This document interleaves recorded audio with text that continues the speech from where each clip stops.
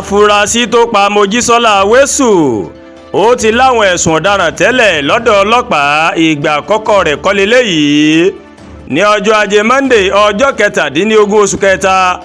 ọdún 2025 ó ní ìgbẹ́jọ́ mà tún wáyé o lórí ikú ọ̀dọ́bìnrin Mojisola Awesu akẹ́kọ̀ọ́ health technology ọ̀fà tí wọ́n mọ̀ bá òkú rẹ̀ lórí àkìtàn ní ìlú Ìlọrin olúùlú ìpínlẹ̀ Kwara níbi ìgbẹ́jọ́ náà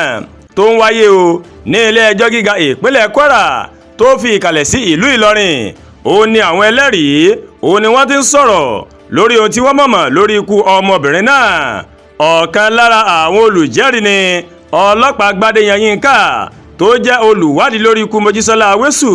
ó mọ̀ sọ wípé àwọn ti máa Happiness Adébáyọ̀ tí ó jẹ́ afurasí àkọ́kọ́ lórí ìṣẹ̀lẹ̀ náà fún ìwà ọ̀daràn tẹ́lẹ̀ Gbádéyan sọ fún ilé ẹjọ́ pé wọn ò ṣẹ̀ṣẹ̀ máa gbé ẹ̀sùn olè jíjà nípa afurasí náà wá sí àgọ́ ọlọ́pàá ní ìlú Ọ̀fà ó wáá fi kọ́rọ̀ rẹ̀ pé ẹ̀sùn ìpànìyàn tó ń lọ lọ́wọ́ yìí ó ní ẹ̀sùn ẹlẹ́kẹta tí òun yóò ṣe lórí Happiness Adébáyọ̀ ó sọ èyí nígbà tó dúró gẹ́gẹ́ bí ẹlẹ́rìí kẹta ní ilé ẹjọ́ gíga ìlú Ìlọrin tó sì ń ṣàlàyé fún ilé ẹjọ́ náà bí ó ṣe gba ọ̀rọ̀ ẹnu rẹ̀ kalẹ̀ ní iléeṣẹ́ àwọn o lẹ́yìn tí ẹlẹ́rìí náà tó ti ṣàlàyé bí Blessing ọ̀rẹ́ Mojisola Awesu bó ṣe mẹ́jọ wá sí àgọ́ ọlọ́pàá wípé àwọn máa ń wà wọ́n mú Happiness wá sí ọ̀dọ̀ òun láti bẹ̀rẹ̀ ìwádìí tó péye o Gbádéyan sọ fún ilé ẹjọ́ pé lára ohun tí àwọn ṣe àwárí rẹ̀ nígbà tí àwọn ń ṣe ìwádìí ni pé Happiness ó mà sí ayédèrú WhatsApp sórí fóònù rẹ̀ láti fi ṣì àwọn ènìyàn lọ́nà pé òun mà sí Mojisola kúrò lọ́dọ̀ òun o nígbà tó wà ń wà ó ní òun bá ara rẹ̀ sọ̀rọ̀ lórí WhatsApp kejì tó wà lórí fóònù náà bíi wípé òun bá Mojisola sọ̀rọ̀ tó sì ń sọ lórí WhatsApp náà pé Mojisola ti kúrò lọ́dọ̀ òun o tó sì lọ wọkọ̀ láti padà sí ìlú Ọ̀fà ó ṣàlàyé pé WhatsApp méjì òun ló wà lórí fóònù Happiness ó wá ṣe ọ̀kan nínú rẹ̀ bíi WhatsApp olóògbé eléyìí tó fi ń bá a sọ̀rọ̀ lórí rẹ̀ fún ara rẹ̀ láti fi hàn pé Mojisola ti kúrò lọ́dọ̀ rẹ̀ bẹ́ẹ̀ sì ni ó fi òkú rẹ̀ kalẹ̀ sí ilé ìtura tí ó gbà Gbádéyan ní èyí ló mọ̀ mú kí òun máa yẹ fóònù rẹ̀ wò tó ń sì tún rí àtẹ̀jíṣẹ́ tí bàbá rẹ̀ Adébáyọ̀ Adéníyì tí òun náà wà lára àwọn olùjẹ́jọ́ fi ránṣẹ́ sí o àtẹ̀jáde náà kà wípé a wà ní ilé ẹ̀kọ́ rẹ̀ láti gbà ọ́ èmi nìkan ni mo lè gbà ọ́ má sá fún mi o sátọ̀ mi wà torí ọ̀rọ̀ tó wà nílẹ̀ yìí ó kọjá agbára rẹ nítorí ogun tí o gbọ́dọ̀ borí ni eléyìí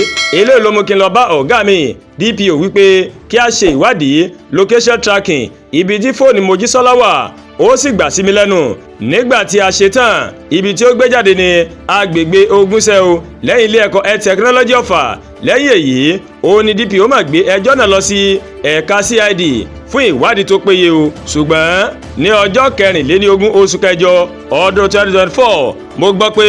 wọ́n mú arákùnrin kan Bùkọ́lá Adéníyì tí ó jẹ́ màmá Happiness níbi tó ní fi síìmù glo kan pamọ́ sí inú ihò ògiri alábàágbé rẹ̀ ìgbà tí mo mú obìnrin náà lọ sí àgọ́ wa ó jẹ́wọ́ fún mi pé òun yọ síìmù náà nínú fóònù iPhone tó rí nínú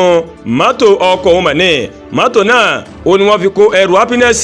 ọmọ wọn ní Summit University Ọ̀fà a yà sí ilé wọn láti mú fóònù náà jẹ́ iPhone 11 Pro funfun ìgbà tí a dé àgọ́ wa mo sì fi síìmù náà sínú fóònù kan mo sì rí wípé síìmù náà jẹ́ ti olóògbé Mojisola o a gbé obìnrin náà àti àwọn ẹ̀rí yìí lọ sí ẹ̀ka CID ohun tí mo rí ni pé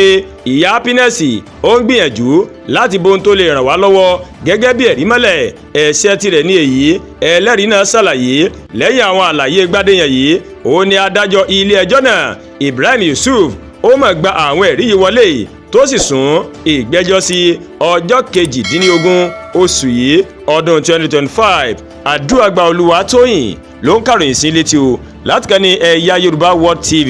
bẹ́ẹ̀ ṣe wò wá ẹ máa bá wa like ẹ máa share ẹ má tó wá gbàgbé láti bá wa subscribe sórí YouTube channel wa o kẹ́ wá bá wa tẹ notification bell láti lè máa ráwọn ètò wa lọ́kọ̀ọ́jọ̀kan lágbára Elédùmarè àwọn ọmọ wa rèé n ò ní kó sí páńpẹ́ ayé o Àdúràgbà Olúwatóyìn nílẹ̀ kẹsì ẹ ṣe pọ̀ tẹ́wọ́ kàn nìyí ẹ já ní ọjọ́ rere o.